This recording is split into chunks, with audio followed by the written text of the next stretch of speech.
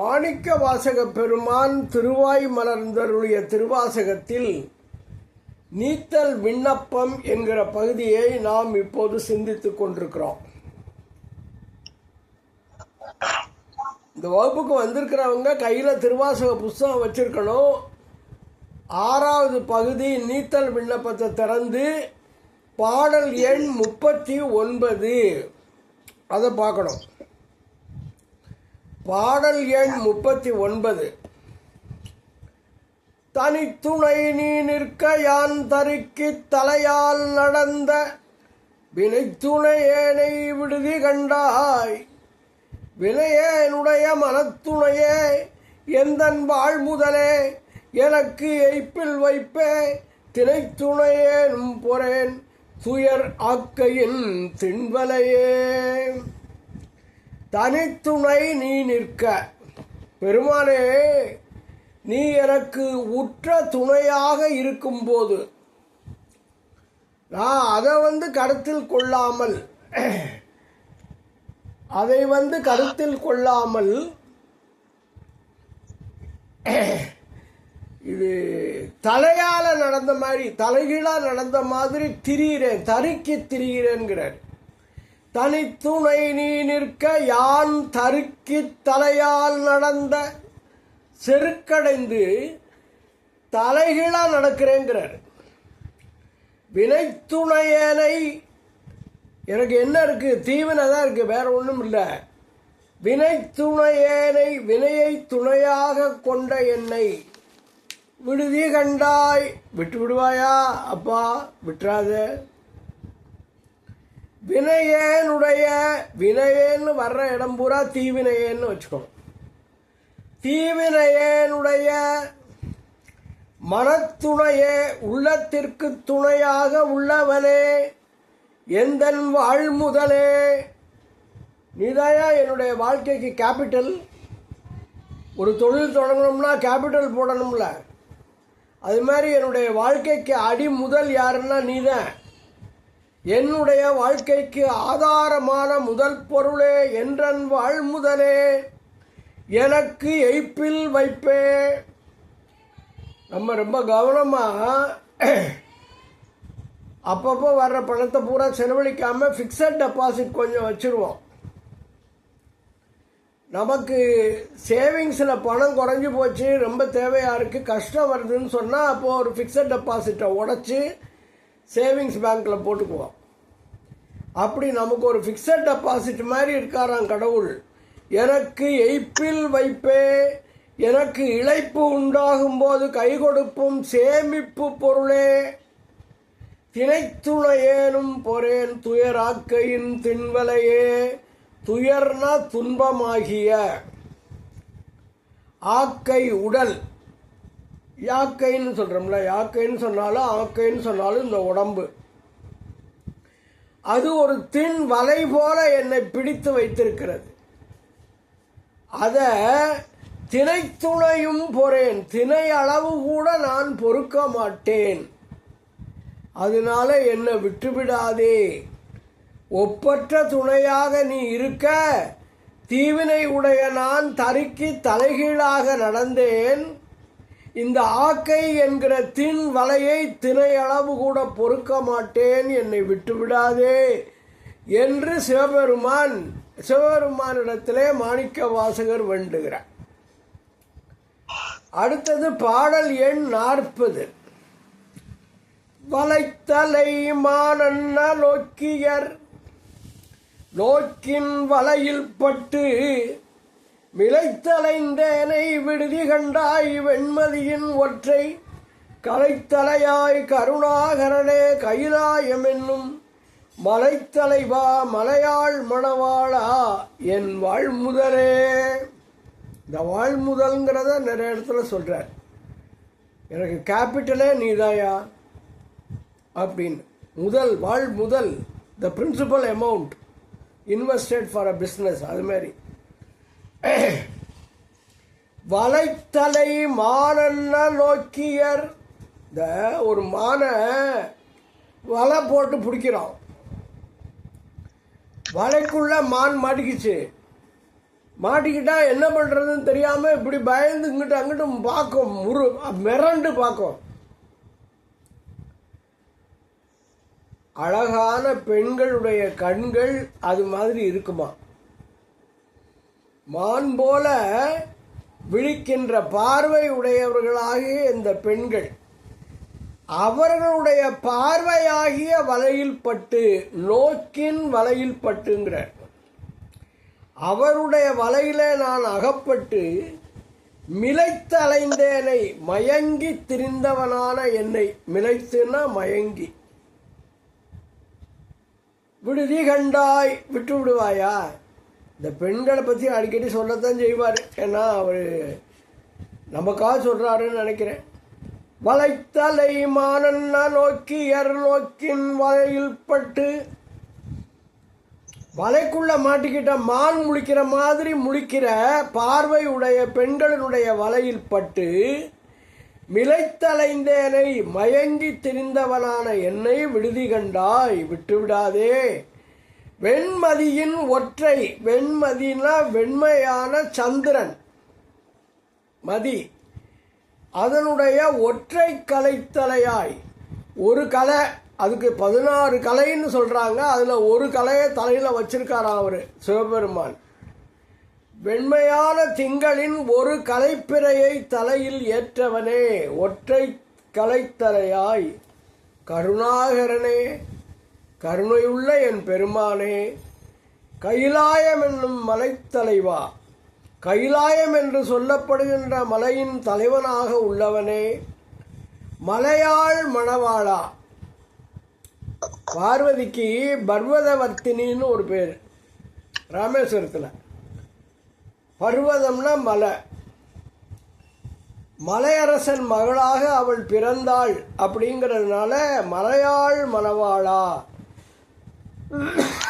மலை மடந்தையாகிய உமையாளின் கணவனே, என் வாழ்முதலே, எனக்கு வாழ்க்கைக்கு மூல காரணமான பொருளாக இருப்பவனே. இந்த பாட்டில் என்ன ஒரே செய்தி தான் சொல்லியிருக்காரு. வலையில் அகப்பட்ட மான் போன்ற மருண்ட கண்களை உடைய மகளிரின் பார்வையில் அகப்பட்டு மயங்கி திரிகின்ற என்னை விட்டு விடாதே. இவ்வளோதான் இந்த பாட்டு. அதுக்கப்புறம் பாடல் எண் 41. முதலை செவ்வாய்ச்சியர் வேட்கை வெந்நீரில் கடிப்ப மூழ்கி, விதலை செய்வேனை விடுதி கண்டாய், விடக்கு உன்மிடைந்த சிதலை செய் காயம் பொறேன் சிவனே, முறையோ முறையோ, திதலை செய் பூன்முறை மங்கை பங்கா என் சிவகதியே. முதலை செவ் ஆய்ச்சியர், சிவந்த வாயினை உடைய மகளிரின் வேட்கை வெந்நீரில் கடிப்ப, காமமாகிய வெந்நீரில் மூழ்கி, துன்பப்படும்படி மூழ்கி, விதலை செய்வேனை, அதனால் நடுக்கம் செய்கின்ற என்னை, விதலைன்னா நடுக்கம், விடுதி கண்டாய், விட்டு விடுவாயோ. இந்த பெண்கள்கிட்ட மாட்டிக்கிட்டது தான் நிறைய இடத்துல சொல்றாரு. விடக்கு உன்மிடைந்த, விடக்கு ஊன் அப்படின்னா என்ன, புலால் நாற்றம் மிக்க இறைச்சி. விடக்குன்னா நாற்றம், ஊன்னாக்க இறைச்சி, மிடைந்தன்னா அது நிறைந்த செறிந்தன்னு அர்த்தம். புலால் நாற்றமிக்க இறைச்சி செறிந்த, சிதலை செய் காயம் பொறேன். சிதலைன்னா இந்த இடத்துல நோயின்னு அர்த்தம். உடம்புன்னு இருந்தால் அதுக்கு நோய் வரத்தானே செய்யுது. அதனால சிதலை செய் காயம் பொறேன், நோய் செய்யும் உடலை பொறுக்க மாட்டேன். சிவனே முறையோ முறையோ, சிவபெருமானே இது முறைதானா. திதலை செய் பூன்முளை மங்கை பங்கா. திதலைன்னாக்க இந்த மார்புல பெண்களுக்கு லேசா வெள்ளை வெள்ளையா தேமல் படிஞ்சிரும். அதுக்கு தான் தேமல் படர்ந்தங்கிறதுக்கு தான் திதலை செய் அப்படிங்கிறாரு. தேமல் படர்ந்த பூன், அப்படின்னா அணிகலன்களை பூட்டிய முலை மங்கை மார்பகங்கள் விளங்குகிற மங்கையாகிய உமையம்மையின் பங்கா, அதை ஒரு பங்காக உடையவனே. திதலை செய் பூன்முலை மங்கை பங்கா, தேமல் படர்ந்த அணிகலன்கள் விளங்குகின்ற மார்பகங்களை உடைய மங்கையாகிய உமையம்மையின் பங்கனே. அதான் அர்த்தம். என் சிவகதியே, எனக்கு வீடு பேராக உள்ளவனே. இந்த பாட்டில் என்ன சொன்னாரு? மகளிரின் காமமாகிய வெப்பம் நிறைந்த நீரில் மூழ்கி நடுங்குகின்ற என்னை கைவிடாதே. அதான் இந்த பாட்டில் அவர் சொல்ல வந்த ஒரே செய்தி. அதுக்கப்புறம் ஒன்று ரெண்டு சேர்த்து சொல்கிறார், சிவபெருமானை பாராட்டி சொல்கிறார். அப்புறம் பாடல் எண் 42.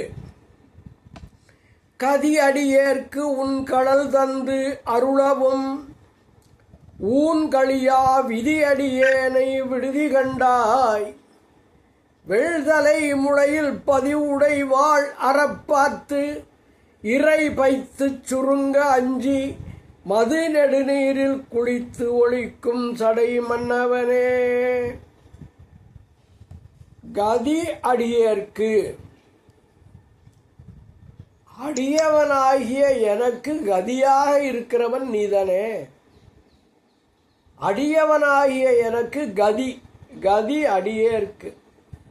எதை நீ எனக்கு கதியாக தருகிறாய்? உன்னுடைய கடல் தந்து அருளவும். உன் கடல், கடல்ல என்ன? உன்னுடைய திருவடிகள். கடல்னு வர்ற இடம் பூரா திருவடின்னு வச்சுக்கணும். உன் கடல் தந்து அருளவும், உன்னுடைய திருவடிகளை தந்து நீ எனக்கு அருள் செய்த போதும் நான் என்ன பண்ணியிருக்கணும்? இந்த ஊன் நிறைந்த உடலை போக்கி இருக்க வேணும். போக்காம இருக்கேன். ஊன் களியா, ஊன் அப்படின்னா தசை. அந்த தசை நிறைந்த இந்த உடலை போக்காமைக்கு காரணம், அதுக்கு என்ன காரணம் தெரியுமா? விதி அடியேன், என்னுடைய ஊழ்வினை, ஊழ்வலி, நான் பண்ண பாவம்.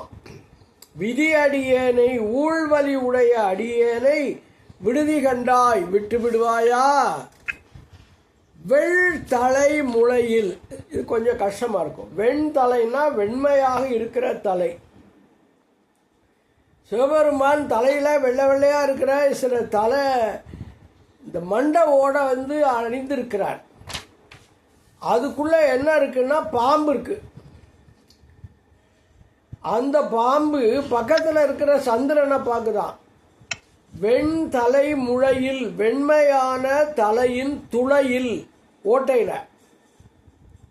இந்த தலையில் நீங்கள் இந்த மண்டவோடு பார்த்தீங்கன்னா தெரியும், கண்ணு இருந்த இடமெல்லாம் ஓட்டையாக இருக்கும். அதான் துளை. வெண்தலை முளையில், வெண்மையான தலையின் துளையில் பதி உடை வாழ் அற, தங்குதலை உடைய ஒளி மிகுந்த பாம்பு. பதியுடைனா தங்குதலை உடைய, வாழ் அப்படின்னா ஒளி மிகுந்த, அற, அரவுன்னா பாம்பு. பார்த்து இறை பைத்து, அருகிலுள்ள சந்திரனை பார்த்து சிறிது படம் பிரித்து. இறை பைத்துன்னா படம் பிரித்துன்னு அர்த்தம். அதுக்கப்புறம் என்ன பண்ணுதான்? அச்சமடைந்து அஞ்சி சுருங்க, அச்சமடைந்து படத்தை சுருக்கி கொள்ளவும். மதி நெடு நீரில் குளித்து, இந்த திங்கள் என்ன செய்து? கங்கை நீரில் குளிக்குதான். கங்கை எங்கே இருக்கு? சிவபெருமானுடைய ஜடாமுடியிலே கங்கை இருக்கு. அதனால மதி நெடு நீரில் குளித்து, திங்கள் கங்கை நீரில் குளித்து ஒளிக்கும் சடை, மறைந்து கொள்ளும் சடாமுடியை கொண்ட மன்னவனே, என் சிவபெருமானே, ராஜாவே அப்படிங்கிறார். அப்போ உன்னுடைய திருவடியை அடியேனுக்கு நீ தந்த பிறகும் பிராரத்த வினை காரணமாக பரமுத்தி அடைய முடியாமல் அது நான் தடைப்படுகிறேன். இந்த நிலையில் என்னை விட்டுவிடாதே அப்படின்னு சொல்றாரு. இந்த பாம்பு, இது சுந்தரன், இதெல்லாம் சிவபெருமானை பற்றி சொல்கிறதுக்காக சொன்னது, அவ்வளோதான். அதுக்கப்புறம் பாடல் எண் 43. ஒரு பாடல் மன்னவனேன்னு முடிஞ்சால் அடுத்த பாடல் மன்னவனேன்னு தொடங்கணும். இதெல்லாம் அந்தாதி. மன்னவனே ஒன்றும் ஆறு அறியா சிறியேன் மகிழ்ச்சி, மின்னவனே விட்டிடுதி கண்டாய், மிக்க வேத மெய்நூல் சொன்னவனே சொல் கடிந்தவனே கடியா தொழும்பர் முன்னவனே பின்னும் மாணவனே இம்முழுதையுமே. மன்னவன் அப்படின்னா நிலைவேறு உடையவன், நிலைத்து நிற்பவன் அர்த்தம். ராஜான்னு ஒரு அர்த்தம் தான். ஒன்றும் ஆறு அறியா சிறியேன், அதாவது உன்னுடைய திருவடியை அடைவதற்கு எந்த வழியும் தெரியல. ஆறுன்னா என்ன? நெறி, ஒரு வழி. எந்த ஆறு? ஒன்றும் ஆறு அறியா சிறியேன், நின் திருவடியை அடையும் நெறி ஒன்றையும் அறியாத சிறியவனாகிய எனக்கு மகிழ்ச்சி மின்னவனே, ஆனந்த விளக்கமாக திகழ்பவனே, என்னை விட்டிடுதி கண்டாய், என்ன தயவு செய்து கைவிட்டாதையா. மிக்க வேதம் மெய்நூல் சொன்னவனே, வேதம் சொன்னவனும் நீதான், சிவாகமங்களை சொன்னவனும் நீதான். அதனால மிகுந்த வேதங்களையும் மெய்நூலான சிவாகமங்களையும் சொன்னவனே, மிக்க வேதம் மெய்நூல் சொன்னவனே. இங்கே மெய்நூல்கிறதுக்கு சிவாகமம் என்று நான் வைத்துக் கொள்கிறேன். சொல் கழிந்தவனே, யாராவது சொற்களால் சிவபெருமான் இப்படிப்பட்டவர்னு விளக்க முடியுமா? முடியாது. அதனால சொற்களால் விளக்க முடியாமல் அவற்றுக்கு அப்பாற்பட்டு நிற்கின்ற பெருமானே, கழியா தொழும்பர் முன்னவனே. கழியானா உன்னை விட்டு கழிந்து போகாத, உன்னை விட்டு நீங்காதன்னு அர்த்தம். கழியா தொழும்பர், தொழும்பர்னா தொண்டர்கள், அடியார்கள், மெய்யன்பர்கள் அப்படின்னு அர்த்தம். கழியா தொழும்பர்களுக்கு என்ன செய்வ? அவங்க முன்னால போய் நின்றுவ. கழியா தொழும்பர் முன்னவனே, என்றும் நீங்காத தொண்டு செய்யும் மெய்யன்பர்களுக்கு முன்னால போய் நிற்பவனே, பின்னும் இம்முழுதும் மாணவனே, அவருக்கு ஆதரவாக பின்னாலையும் நிற்பவனே, இவ் எல்லாமும் மாணவனே. அப்ப இந்த பாட்டில் என்ன சொல்றாரு? வேத சிவாகமங்களை நீ அருளினாய், மெய்யடியார்களுக்கு முன்னவனாயிருந்து அவர்களுடைய துன்பத்தை தீர்க்கிறாய், உன்னோடு இரண்டர கலக்கும் நெறி அறியாத என்னை, வழி தெரியாத என்னை விட்டுவிடாதே அப்படின்னு இந்த பாட்டில் கேட்டார். அதுக்கப்புறம் பாடல் எண் 44. முழுது அயில் வேல் கண்ணியர் என்னும் மூரித்தடல் மூழ்கும், விடுதலையேனை விடுதி கண்டாய், நின் வெறிமலர்த்தாள் தொழுது செல்வான் நல் தொழும்பரில் கூட்டிடு, சோத்தெம்பிரான் பழுது செய்வேனை விடேல் உடையாய் உன்னை பாடுவனே. முழுது அயில் வேல் கண்ணியர் அப்படின்னு வருது. அயில் வேல் கண்ணியர் அப்படின்னா அயில் கூர்மையான, வேல் வேற்படை போலும், கண்ணியர் கண்களை உடைய மகளிர். மறுபடியும் மகளிர் தான் வந்துட்டார். கூர்மையான வேற்படை போலும் கண்களை உடைய மகளிர் என்னும் மூரி தழல் முழுது முழுகும், பெரிய நெருப்பில் முற்றிலுமாக மூழ்குகின்ற. மூரி பெரிய, தழல் நெருப்பு, முழுதும் முழுகும் முழுவதும் முழுகுகின்ற. விழுது, விழுதுன்னா இந்த தயிரை கடைஞ்சா எடுக்கிறோம்ல, வெள்ளை வெள்ளையா வெண்ணெய், அதான் விழுதுன்னு பேரு. முற்றிலுமாக மூழ்குகிற வெண்ணெய் போன்ற எண்ணெய் விடுதி கண்டாய் விட்டு விடுவாயோ. நின் வெறிமலர்த்தாள் உன்னுடைய மனம் நிறைந்த திருவடிகளை தொழுது செல் வணங்கி செல்லுகின்ற வானத் தொழும்பரில் வானத்து மெய்யன்பரில் அடியாரில் சேர்த்து விடு, வானத் தொழும்பரில் கூட்டிடு. அவங்களோட என்னை கொண்டு சேர்த்துறியா?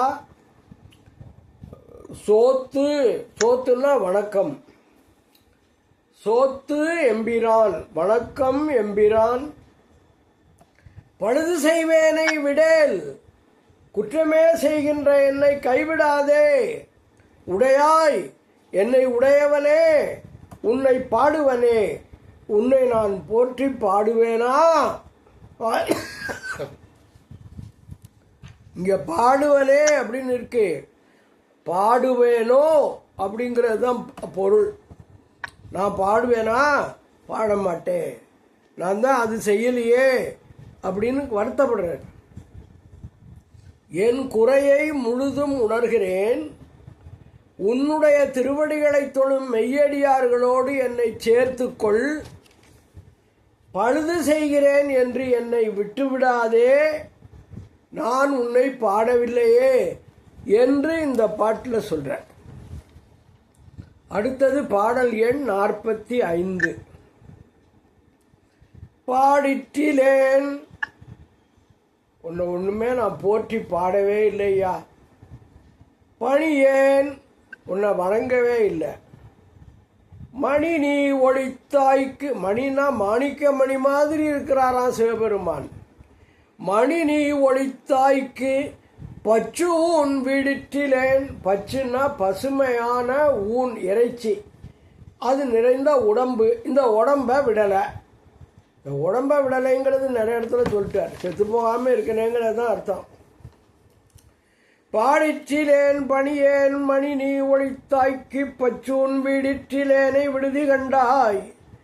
வியந்து ஆங்கு அலறி தேடிற்றிலேன் சிவன் எவ்விடத்தான் எவர் கண்டனர் என்று ஓடிற்றிலேன் கிடந்து உள்ளுருகேன் நின்று உழைத்தனேன்.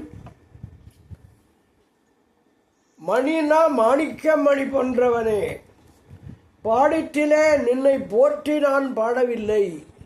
பணியேன் உன் திருவடிகளை நான் வணங்கவில்லை. நீ ஒளித்தாய்க்கு காட்சி அளித்து பின்னர் ஒளிந்து கொண்ட உனக்கு. திருப்பரந்துறையில் காட்சி கொடுத்துட்டு அப்புறம் ஒழிச்சுக்கிட்டார்ல, அதனால சொல்றாரு. நீ ஒளித்தாய்க்கு காட்சி அளித்து பின்னர் ஒளிந்து கொண்ட உனக்கு பச்சூன் வீடிற்றிலேன், பசுமையான இறைச்சி நிறைந்த இந்த உடம்பை விடவில்லை. விடுதி கண்டாய், அதனால என்னை விட்டு விடாதே. ஆங்கு வியந்து அலறி, அங்கே வியப்புற்று கத்தி. தேடிற்றிலேன், உன்னை தேடவில்லை. சிவன் எவ்விடத்தான் எவர் கண்டனர் என்று ஓடிற்றிலேன். சிவன் எந்த இடத்துல இருக்கான், யாராவது பார்த்தீங்களா என்று நான் ஓடி தேடவில்லை. கிடந்து உள்ளுருகேன், சரி அப்படியே ஓய்ந்து உள்ளம் உருகியாவது இருக்கேனா, உள்ளமும் உருகவில்லை. அப்போ என்னதான் பண்ணேன், நான் வீணா உழைச்சி என் வாழ்க்கையே போச்சு. நின்று உழைத்தனே, வீணாக நின்று இந்த உடம்பை பேணி உலக வாழ்க்கையை அனுபவிக்கவே உழைத்து விட்டேன். உன்னை தேடாம போயிட்டேன். ரொம்ப உருக்கமான பாட்டு. சிவன் எவ்விடத்தான் யார் கண்டனர் என்று தேடிச்சிலே. சிவபெருமான் எங்கே இருக்காரு, யாராவது பார்த்தீங்களா அப்படின்னு போய் கேட்காம விட்டுட்டேனே. இந்த உடம்பையில் நான் பார்த்துக்கிட்டு உட்கார்ந்துருக்கேன் என்று, இதெல்லாம் தான் இந்த மாணிக்கவாசகருடைய பாட்டில் படிக்கிற போது அழுக வர்றதுக்கு காரணம். அடுத்தது பாடல் எண் 46.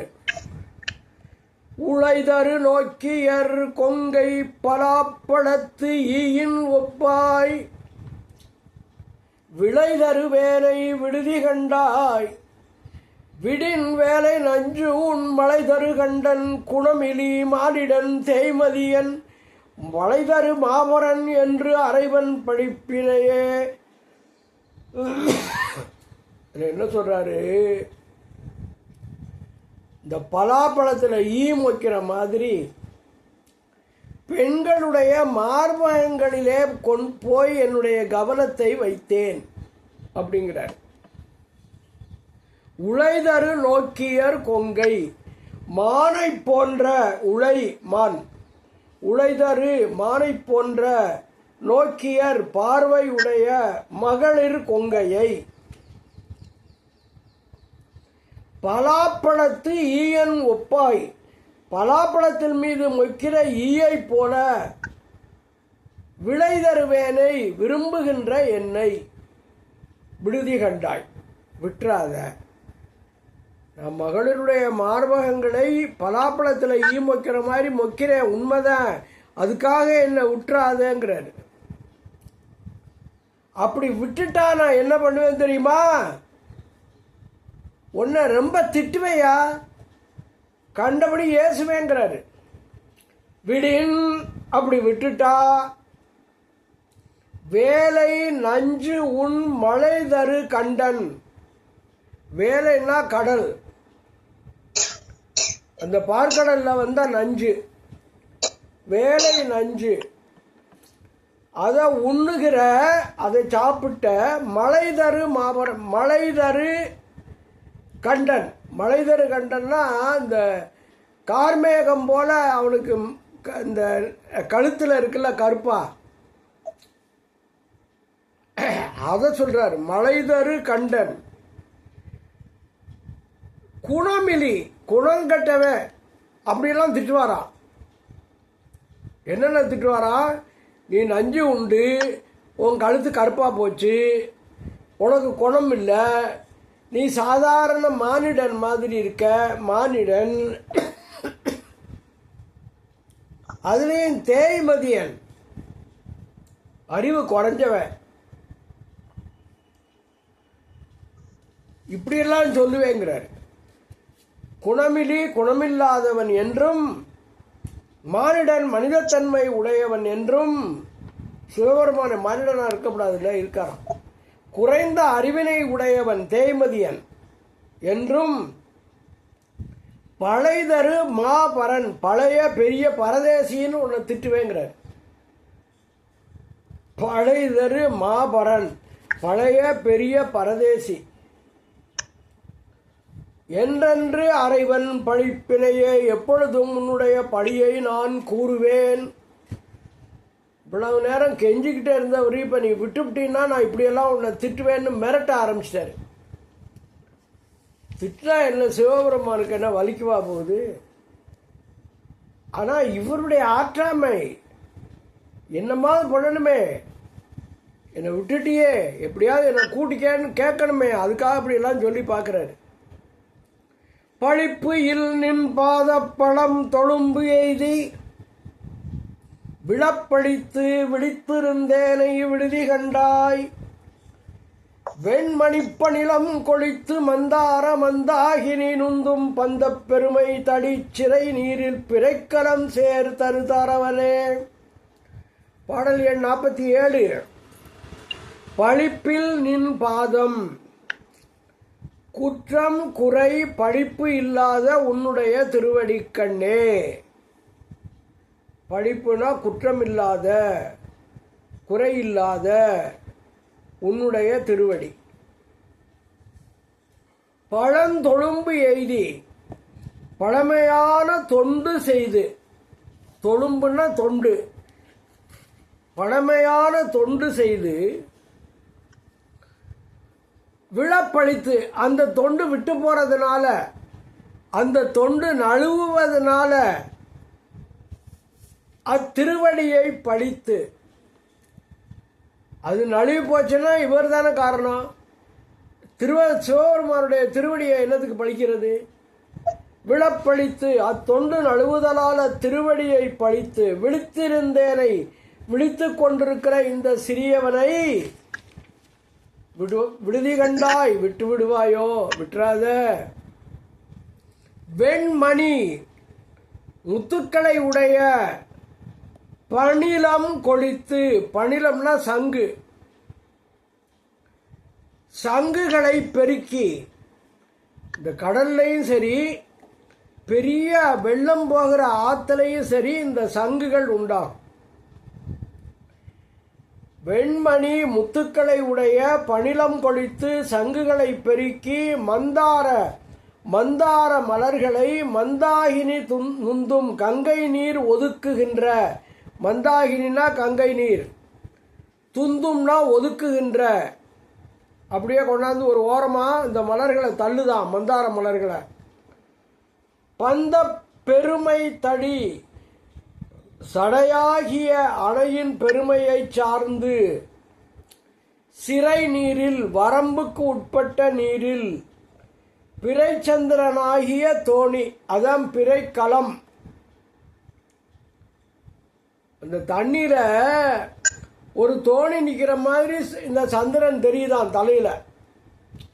பந்த பெருமை தடி சடையாகிய அணையின் பெருமையை சார்ந்து வரம்புக்கு உட்பட்ட நீரில் பிறைக்களம் போல பிறைச்சந்திரனாகிய தோணி சேர்தரு பொருந்த பெற்ற தாரவனே, மாலையை உடையவனே.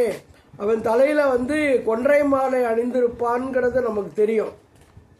அதனால மாலையை உடையவனே. அதாவது பழமையான அடியவர்கள் உன்னை நெருங்கி வந்து வணங்க, அதை கூட நான் படித்து சொல்லுகிற என்னை நீ விட்டு விடாதே, எப்படியாவது சேர்த்துக்க என்று கேட்கிறார். அப்புறம் பாடல் எண் 48. தாரகை போலும் தலைத்தலை மாலை தளல் அறப்பூன் வீரயன் தன்னை விடுதி கண்டாய், விடின் என்னை மிக்கார் ஆரடியான் என்னின் உத்தர கோசமங்கைக்கு அரசின் சீரடியான் என்று நின்னை சிரிப்பிப்பனே. தாரகை போலும், தாரகைன்னா இந்த வானத்தில் தோன்றுகிற விண்மீன்கள். தாரகை போலும் தலைத்தலைவா, விண்மீன்களைப் போல தலையில் அணியும் தலைமாலையும். தலை மாலை, தலைமாலை தெரியுது, தலையில் அணிகிற மாலை, அது தலையில தான் இருக்கு. அப்போ தலையில் தலை மாலைங்கிறாரு. தாரகை போல விண்மீன்களைப் போல தலை மாலை, தலையில் அணியும் தலைமாலையும். தழல் அறப்பூன் நஞ்சுமிக்க பாம்புகளின் அணிகலன்களையும். வீர அணிகின்ற தெய்வீகமான வீரனே, எந்தன்னை விடுதி கண்டாய், என்ன விட்டுறாத.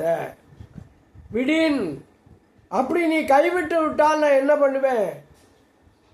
பெரியவங்கள்லாம் என்ன கேட்பாங்க, நீ யாருடைய அடியான் அப்படின்னு கேட்பாங்க. நான் என்ன சொல்லுவேன்? உத்தரகோசமங்கைக்கு ராஜாவா இருக்காரே அந்த பெருமாளுடைய சீரடியான் நான் தான் என்று சொல்லி உன்னை சிரிக்க பண்ணிடுவேயா, சிரிப்பிப்பன்கிறார். மிக்கார் அறிவொழுக்க மிக்க பெரியோர் ஆர் அடியான் என்னில், நீ யாருடைய அடியான் என்று என்னை கேட்டால், உத்தரகோச மங்கைக்கு அரசின் உத்தரகோச ராஜதானியின் ராஜாவாக இருக்கிற உன்னுடைய சீரடியான் என்று, சிறப்புமிக்க அடியவர்களுக்கு அடியவன் என்று உன்னை பார்த்து சிரிக்கும்படி சொல்லிவிடுவேன் என்று பயமுறுத்துகிறார். அதனால எப்படியாவது என்னை கைவிட்டுறாதேங்கிறதுக்கு என்னென்ன பண்ண முடியுமோ தான தண்ட அப்படின்னு சொல்லி ஒரு சொல்லுவாங்க. தானம் கொடுத்து கெஞ்சி அல்லது கண்டிச்சு எப்படியாவது நாம் நினைப்பதை அடைய வேண்டும், அந்த வழியெல்லாம் இவர் பண்றார். இப்ப பாடல் எண் 49. சிரிப்பிப்பன், உன்னை பார்த்து எல்லாரும் சிரிக்கும்படி பண்ணி விடுவேன். சீரும் பிழைப்பை, எந்த பிழைப்பை? வெறுக்கத்தக்க என்னுடைய உலக வாழ்க்கையை எள்ளி நகையாடச் செய்வேன். அப்படி ஒரு அர்த்தம். தொழும்பையும் ஈசற்கு என்று விரிப்பிப்பன், என்னுடைய தொண்டு ஈசன் சிவபெருமானுக்கு என்று யாண்டும் பரவும்படி சொல்லுவேன். ஐயா, நான் சிவபெருமானுடைய தொண்டன், அவனுக்கு தான் தொண்டு செய்கிறேன்னு சொல்லுவேன். தொழும்பையும் ஈசற்கு என்று விரிப்பிப்பன், தொழும்புனா தொண்டு, என்னுடைய தொண்டு ஈசனுக்குத்தான் என்று எல்லாரிடத்திலும் விரித்து சொல்லுவேன். என்னை விட்டுறாத, என்னை விடுதி கண்டாய். அப்படி விட்டுட்டீன்னா என்ன பண்ணுவேன்? விட்டுட்டீன்னா திட்டுவேன். விடின் வெங்கரியின் உரிப்பிச்சன், பொல்லாத யானையினுடைய தோலை உரிக்கிற பித்தன் நீ. தோலுடை பிச்சன், புலி தோலை வந்து இடுப்பில் கட்டிக்கிட்டு இருக்கிற பித்தன். நஞ்சூன் பிச்சன், தேவர்கள் வேண்டுகோளுக்காக நஞ்சை உண்ட பித்தன். ஊர் சுடுகாட்டு எரிப்பிச்சன், ஊர் சுடுகாட்டில் பணமெல்லாம் எரியிற இடத்துல இருக்கிற பித்தன். என்னையும் ஆளுடை பிச்சன், என்னையும் ஆளாக கொண்ட பித்தன் என்று இயேசுவனே உன்னை ஏசிக்கொண்டே இருப்பேன், உன்னை பழித்து சொல்லுவேன் அப்படிங்கிறார். இது என்னமோ பயமுறுத்துற மாதிரி. வெங்கரியின் உரிப்பிச்சன், கொடுமையான யானையின் தோலை உரிக்கிற பித்தன், தோலுடை பித்தன், புலித்தோலை கட்டிக்கொண்டிருக்கிற பிச்சன். நஞ்சு ஊன் பிச்சன், தேவர்கள் கேட்டுக்கொண்டதற்காக நஞ்சை உண்ட பித்தன். ஊர் சுடுகாட்டு எரிப்பிச்சன், ஊரில் இருக்கிற, ஊருக்கு பொதுவாக இருக்கிற சுடுகாட்டில் தீ எறிகிற இடத்துல இருக்கிற பித்தன். என்னையும் ஆளுடை பித்தன், என்னையும் கூட ஆளாக கொண்ட பித்தன் இவன்தான் என்று இயேசுவன் நான் உன்னை பழித்து சொல்லுவேன் அப்படிங்கிற. அப்புறம் பாடல் எண் 50 நீத்தல் விண்ணப்பத்தில் இதான் நிறைவு பாடல். ஏசினும் யான் முன்னை எத்தினும், ஒரு மாதிரி அவர்கிட்ட சரண்டர் ஆகிறார். ஐயா, நான் இப்படி ரொம்ப உன்னை பழித்து சொன்னாலும் சரி, பாராட்டி சொன்னாலும் சரி, நான் என்னுடைய தப்புக்காக நான் ரொம்ப வருந்துறேன், என்ன விட்டுறாத. அதான் இந்த பாட்டு, கடைசி பாட்டில் ரொம்ப கெஞ்ச ஆரம்பிச்சார். ஏசினும் யான் உன்னை ஏசினும், அடியேனாகிய நான் ஆண்டவனாகிய உன்னை பழித்து உரைத்தாலும், யான் உன்னை ஏத்தினும், அடியேனாகிய நான் ஆண்டவனாகிய உன்னை புகழ்ந்து உரைத்தாலும், என் பிழைக்கே குலைந்து வேசருவேனை, என் குற்றத்தையே கருதி உள்ளம் உருகி வருந்துவேனை. வேசறுதல் அப்படின்னா உள்ளம் உருகி வருந்துதல். விடுதி கண்டாய் விட்டு விடுவாயோ விடலாகாது, செம்ப வளவெற்பின் செந்நிறமுடைய பவளமலை, செந்நிறமுடைய பவளமலை போல் தேசுடையாய். தேசு அப்படின்னா தேஜஸ்லேருந்து வருது, ஒளி உடையவனேன்னு அர்த்தம். என்னை ஆளுடையாய், சிறியனை ஆளாக கொண்டவனே, சிற்றுயர்க்கு இறங்கி, சிறிய உயிர்த்தொகுதிகளுக்காக அன்றைக்கு இரக்கம் கொண்டு, காய் சின ஆலம், கொதித்தலும் கொடுமை மிக்க கோபம் மிக்க ஆளாலம் என்கிற விஷத்தை நீ சாப்பிட்டாய். காய்சின ஆலம் உண்டாய். நீ நஞ்சு உண்றதுக்கு வந்தவனா சிவபெருமானே, நீ அமுது உண்றதுக்கு பிறந்தவையா, ஆனால் நீ இந்த நஞ்சை உண்டாயேங்கிறார். காய்சின ஆலம் உண்டாய் அமுதுண்ண கடையவனே, அமுது சாப்பிட்ருக்க வேண்டிய ஆள். அதனால் கடைசி பாட்டில் நான் உன்னை திட்டினாலும் சரி, உன்னை நான் பாராட்டி சொன்னாலும் சரி, என்னை எப்படியாவது நல்லா இருப்பேன், கைவிட்டுறாத, என்னை உன்னோட சேர்த்துக்க என்று அவர் வேண்டுகிற அந்த வேண்டுதலோடு இந்த பாடல் நிறைவு. கடவுள் அருளால் நீத்தல் விண்ணப்பம் என்கிற பகுதியை நாமும் நிறைவு செய்கிறோம். நன்றி, வணக்கம். நன்றி ஐயா.